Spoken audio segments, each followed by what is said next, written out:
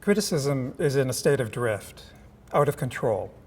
Its loss, however, is willed, its drifting theoretical. Initially, the question is, how is criticism presently adequate to its object? Yet, beyond this question, how is language itself adequate, as language is the role and model of criticism? Criticism as theory frees itself from its traditional object, the work of art. It is responsible in its theoretical irresponsibility, that is, in not answering, responding to the work of art, responsible for its excess and loss. But in exceeding the object and losing it, is not this excess and loss for itself, jouissance, its own bliss? Desire has no object. It is outside use, want, and demand. And theory, similarly, no longer finds its impulses in the work of art, in an object, formerly its own object. It can still nominate a work of art and say, that's it for me, as part of the binary, that's it, so what? But usually it says, what's in it for me? Or, how can I use this? Theory no longer assumes a subservience to its object, the prerequisite of a science, and a presumed secondariness of non-presence to the full presence of the work of art, and the artist, the guarantor of that presence. Theory now, in a sense, is fictive. Nevertheless, as its own object, theory is not a meta-language, which would return it to the formal as a formal language. It is a drift. This drift is a topic without a site. Theory does not take itself to be central, but peripheral, not centered in meaning, in society. Theory's displacement is the movement of its desire, the loss of its privileged site and meaning, its prescriptive and normative authority.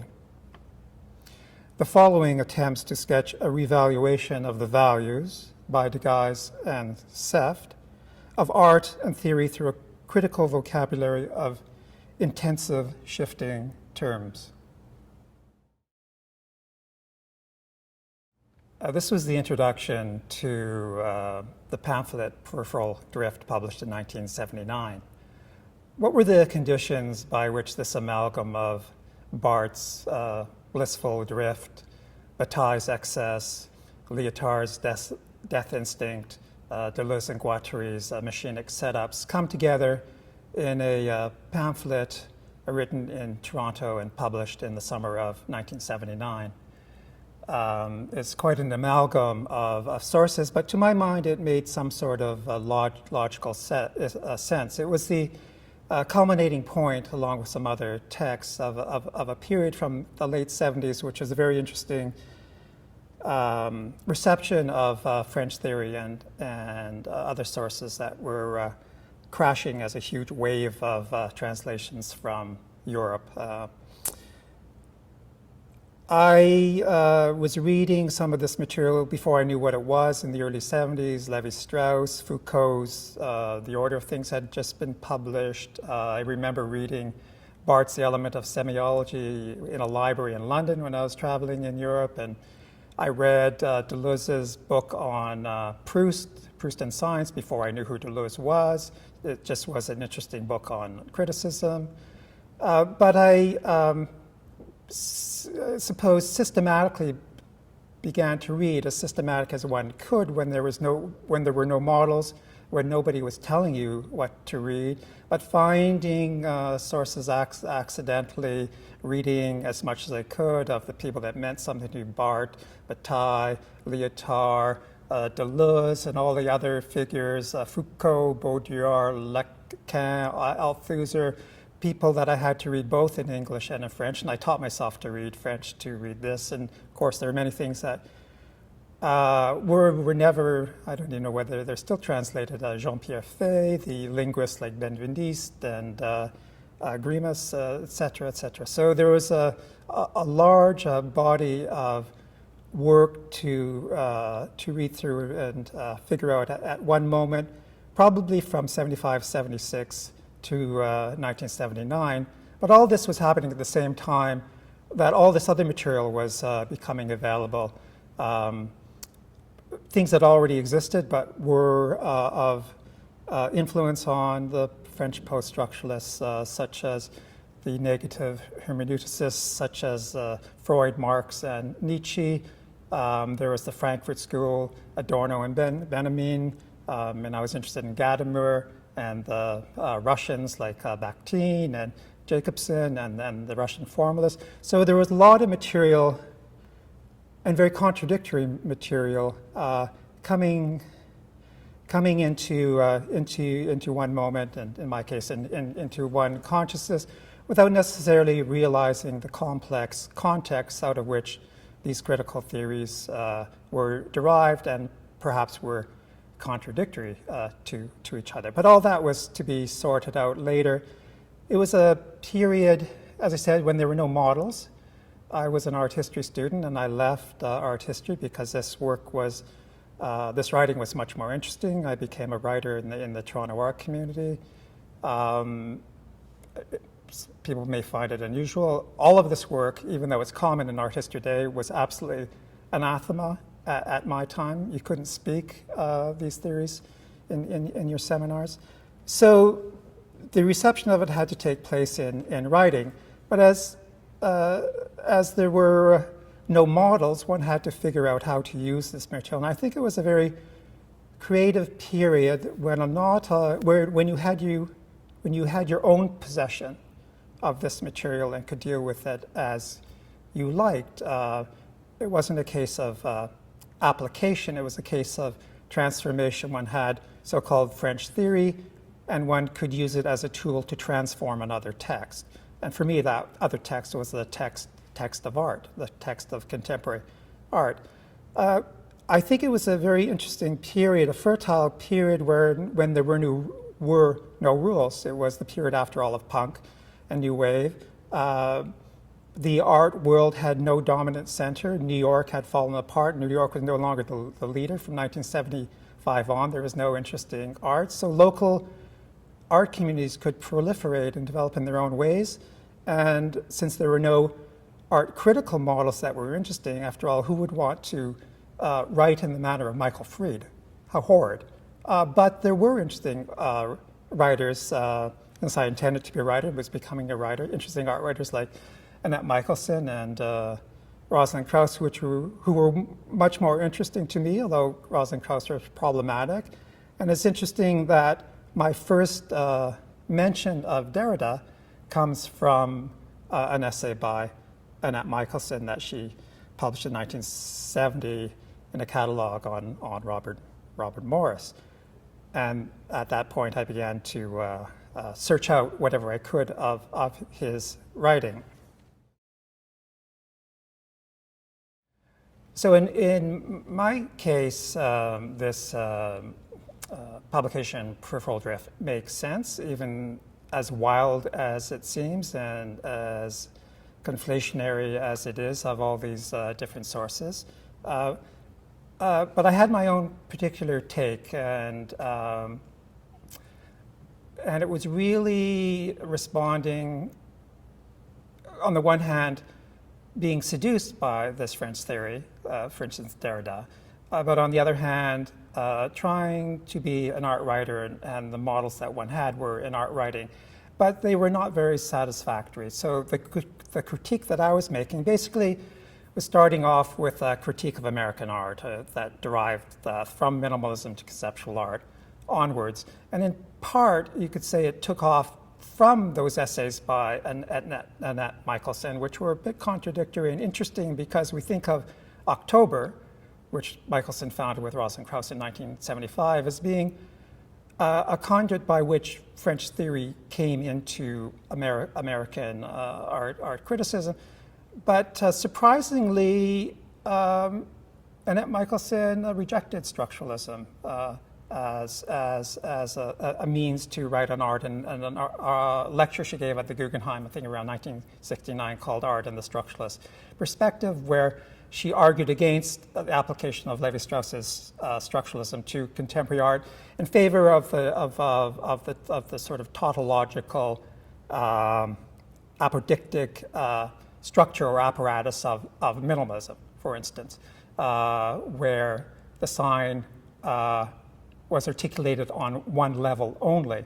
And I was really interested in applying what I understood of Derrida's critique of presence to this sense of intentional identity that was the framework of American art and in these particular types of artworks where meaning was being as presence, or meaning was being as the self in relation to itself in presence. And of course, because it was a free moment of applying theory that came from elsewhere to art that existed in another place, one could come up with fertile or inventive combinations, and that's what it was all about, although one tried to do it in a logical way. So the critique of identity I was interested in, and how this other writing like Bataille and Barthes and Lyotard, for instance, came in, was that the critique of identity was really about coming to the aid or coming to the position of the spectator in front of the work of art. And the spectator only became a model for the writer and the position of writing in relation to the work of art. And I was very much interested in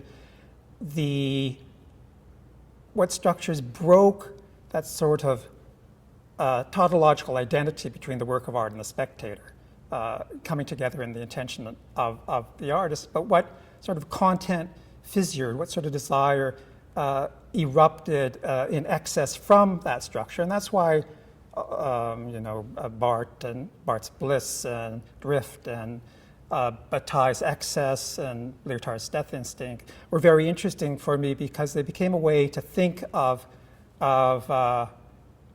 sort of a distancing or an eruption or a valuing of the position of the spectator, who I felt was excluded and excessive to the work of art, or the intentional structure of the artwork, or the intentional structure of the gallery context, for that matter, and how the body of the viewer had this license to erupt in excess from those structures. And hence the writing argued against its secondary position in relation to the work of art and went on its own critical drift.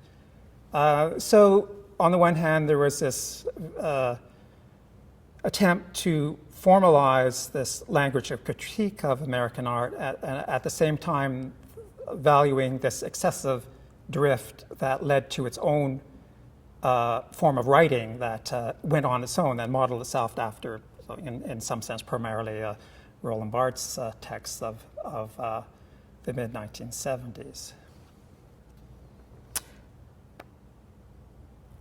So I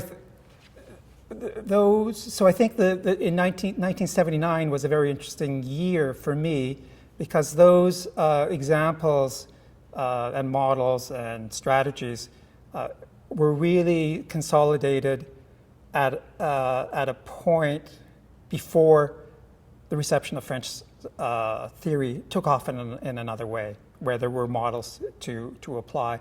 And the peripheral drift, I think, is rereading it now, more than 30 years later, seeing it as a model of one aspect of this drift from the work of art, and relating it to, for instance, an article that was published in Parachute in 1979 called The Death of Structure, which is a more expository example of that critique taking place. So the two have to really be read together, although in some way it demonstrates this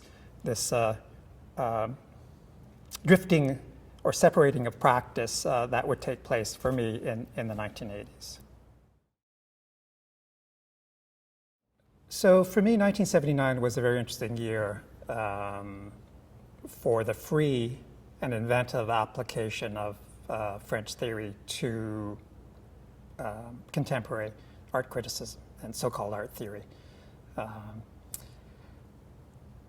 as I practiced it, but as other people were practicing it as well. If you you can look through various examples and trace through the footnotes what people were having access to. So you look at my footnotes to articles in 1978, 1979. They're very similar, for instance, to the the footnote references of Craig Owens publishing in October 1978 and 1979. By 1980, I think things really began to change because there was this new moment, this new terminology that began to erupt called postmodernism. So not only post-structuralism as applied to the practices of art of post-minimalism, but also this thing called postmodernism that people were trying to figure out. And at that point, I really think that the models, the European and especially the French models, began to impose themselves on art. I mean, for me, 1980 was a crisis in dealing with this material, and in a way I began to reject it, even though it still had an underlying structural undercurrent in what I would go on to produce even up to the present.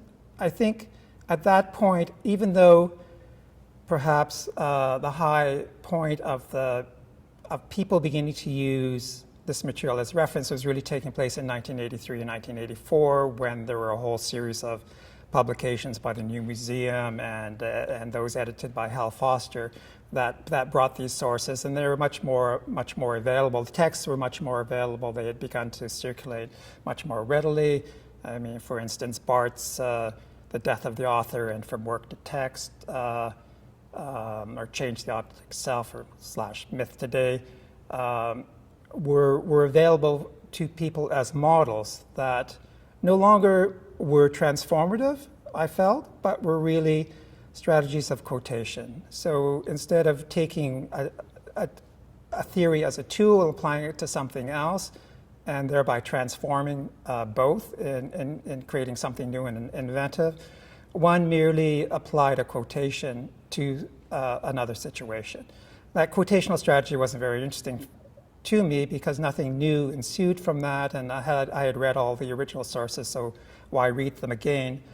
And if this use was a tool, I felt it was really a hammer, because these quotational strategies were used as judgments to condemn other people or other work or other movements.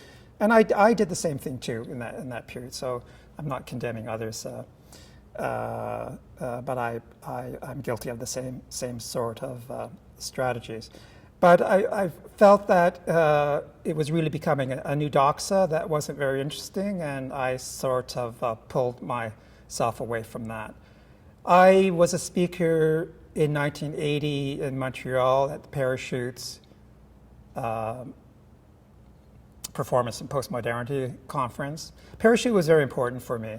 As a writer, I published all my articles. I started off writing articles rather than a review. Parachute published all my articles. It gave me a position to freely develop this inventive new strategies of writing. The more fictive, or what we call fictive theory, was published in Artist magazine in Toronto, which was another very interesting, fertile moment that allowed this discourse to develop in an inventive way, conditions that don't exist anymore anywhere, I believe.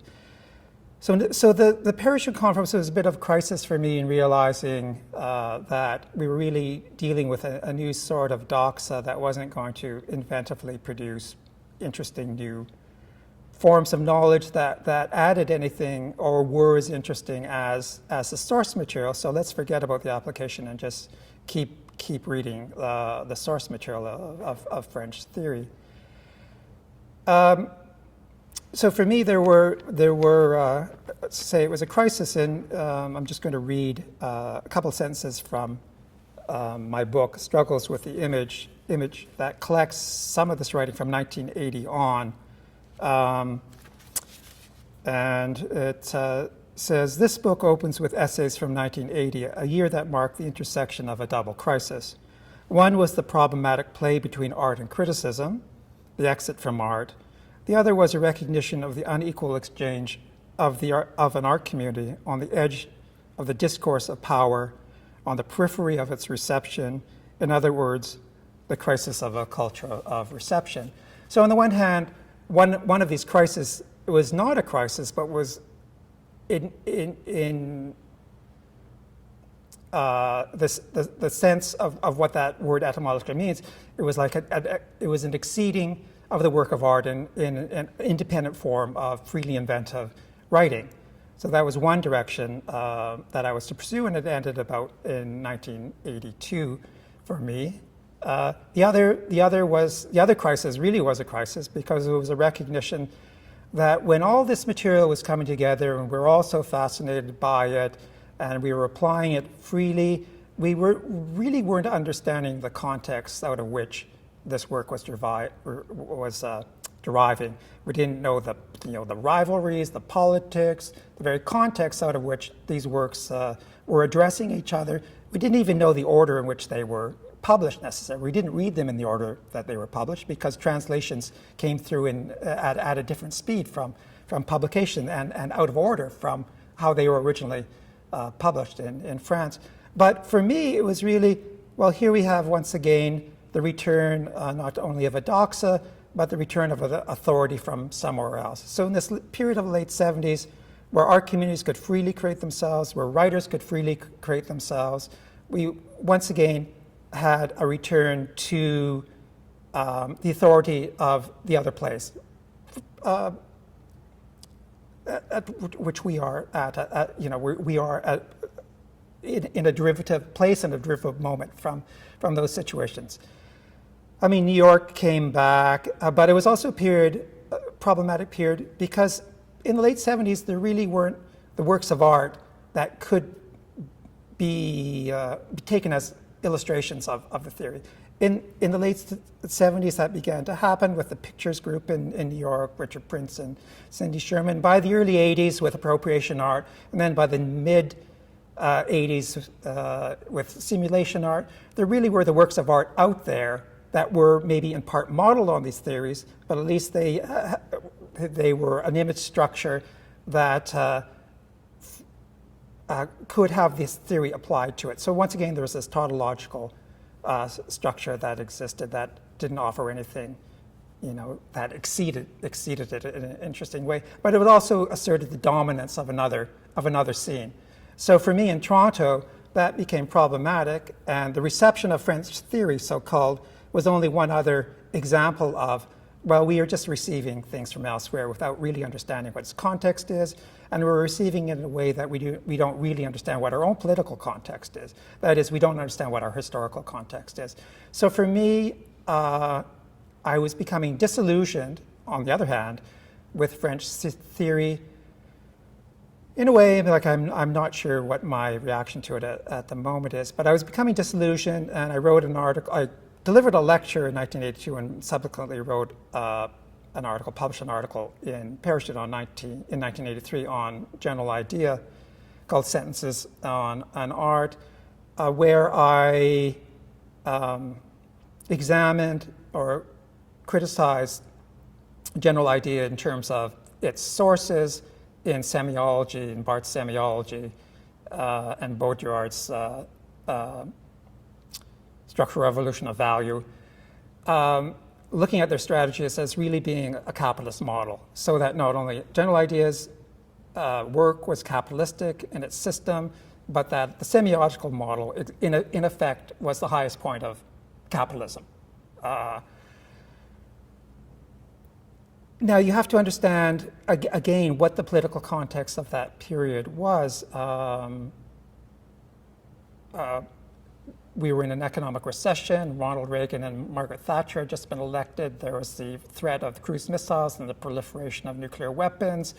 There was the battle against apartheid in South Africa. There were the attacks on gay and women's rights. Brixton riots were taking place, and there was the rise of the skinheads. So when General Idea said that the work of art was where fascism and capitalism came together, for me, it became a point to look at art and theory at its word, to see whether actually this was the point, this theory was the point where fascism and capitalism came together.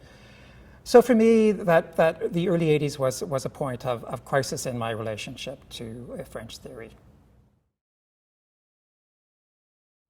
In January 1985, I became a curator at the Art Gallery of Ontario, so my whole relationship to writing changed, even though my whole practice continues to be based on being a writer. So I didn't continue to function as a critic, where I had the opportunity to use these theories.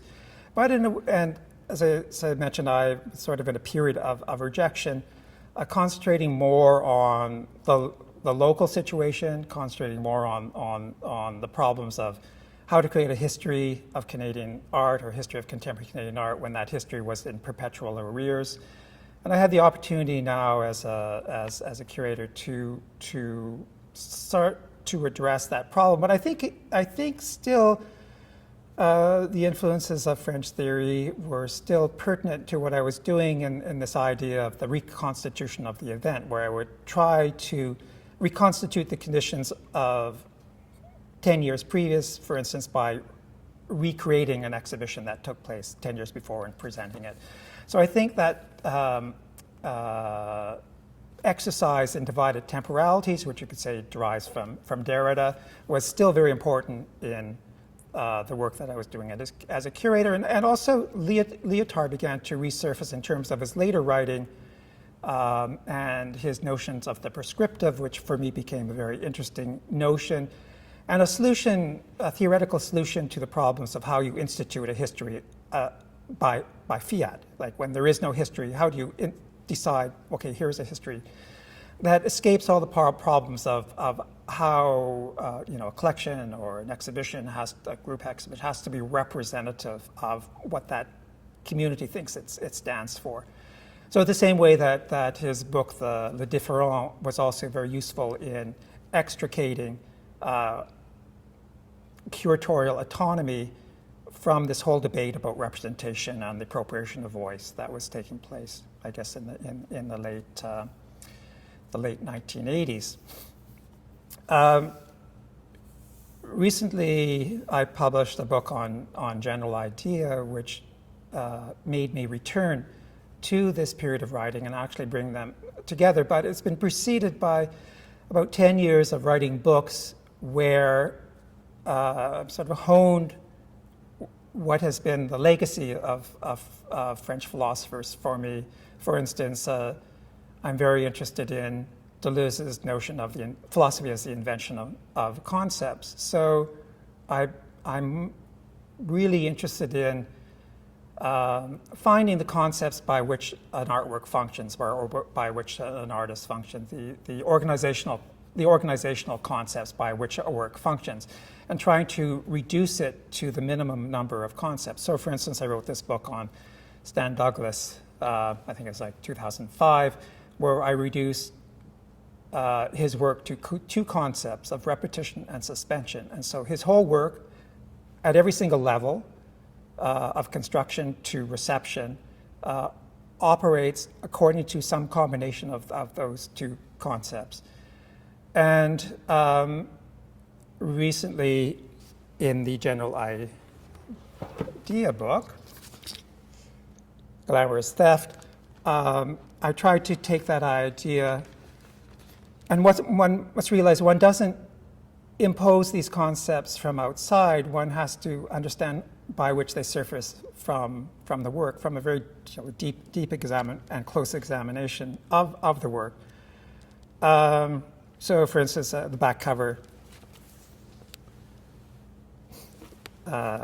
states, this book is the first attempt to examine general ideas' pageantry of camp parody through the logic of its mythic system.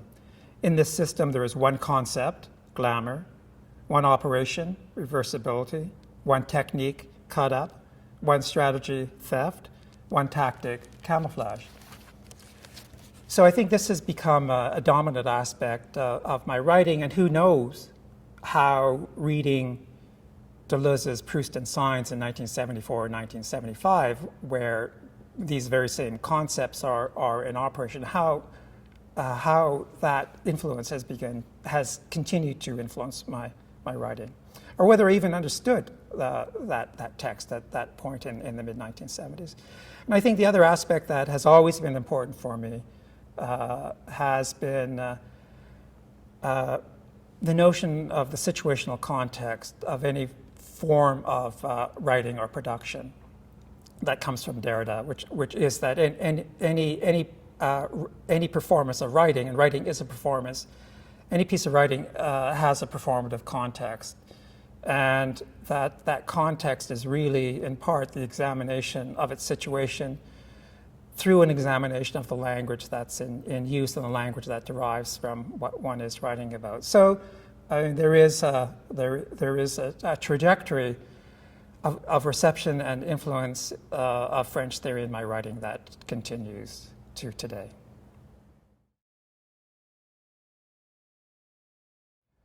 I think that everything that I was writing about really was dealing with the situation in Toronto.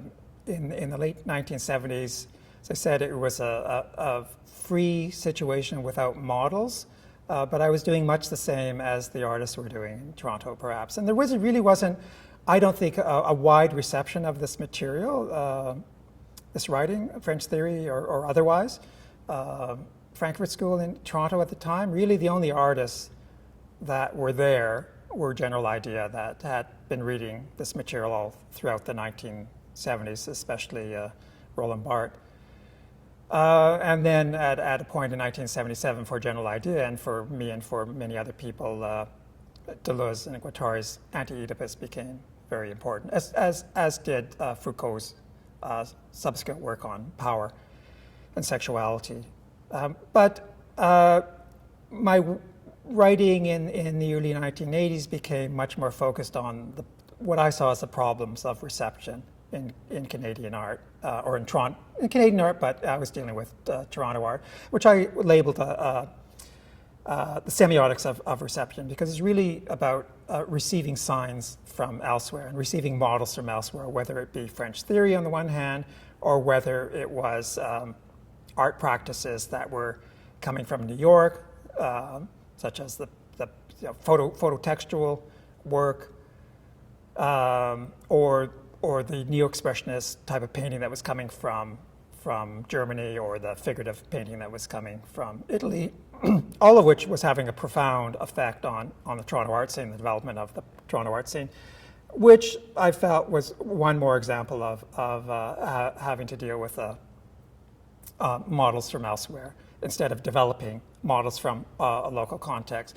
So I used this terminology that we were dealing with this lack, and we were always in a position of distance and always in a secondary relationship of power with the main centers. And I think that became much more emphatic in the early 1980s and became much more of a problem for the development of the art scene. And I think, when I think back to this situation and the cusp of 1979, I think the interesting aspects of the Toronto art community were really developing from 1977 to 1979. And the problematic aspects of the community were developing in the early 1980s. And the Toronto art scene really fell apart by the mid-1980s. And it was really this new art community that was influenced from elsewhere, the younger art community in the 1980s, that was responsible, in effect, for the art community falling apart. Because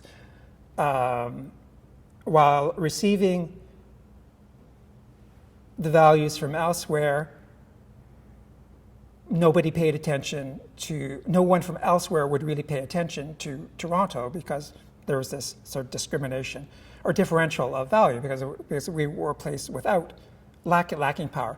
So this term lack is for me is very different from the strategies of exit and excess that I was talking about in the late 1970s. And it was very important to address this local situation in Canadian art, or in the history of Canadian art, or the local context in Toronto. And that's why I began to refine the terminology that I use, and the terminology I used was always oppositional to the main sources of influence and the main docs. So for instance, in the period of modernism and formalism in American art, I was really interested in the notion of content being this thing that derived from the fissure of structure and an excess that flowed out of it. That was on the side of the writer and the spectator.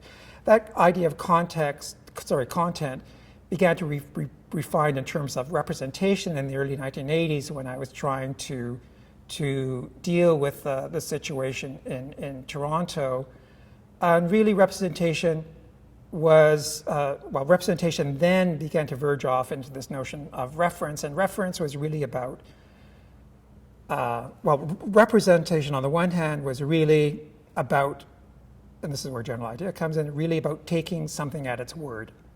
And reference was really about the possibility of work of art being a relay to something that was social.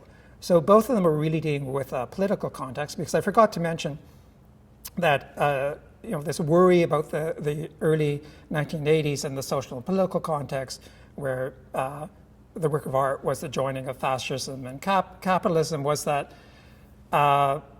you know, what was happening in England was also the rise of the neo-Nazi skinheads, and there was a real worry in England and in North America as well of artists' flirtation with fascism. And I saw general ideas, strategies like combining fascism and capitalism as being problematic, and it was necessary really to take these strategies at their word.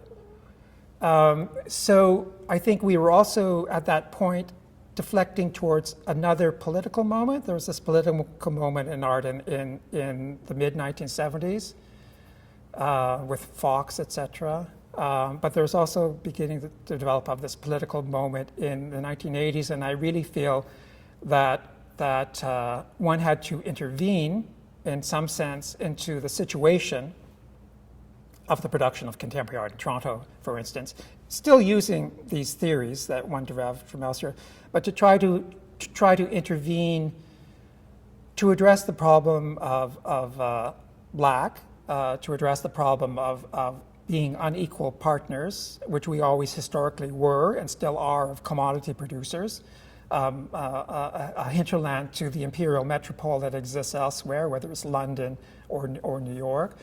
To really address those problems of the differential of power that distance incorporates, and how we receive both images and theories from elsewhere that only structurally replace that, and how to develop some sort of sense of valuation of the local that takes into effect the problem of this lack, of this reception of the differential of power, and yet produce something that is meaningful in our own context. And so that's why my language sort of developed in an oppositional nature to semiology or semiotics. The best example probably is the essay on general idea.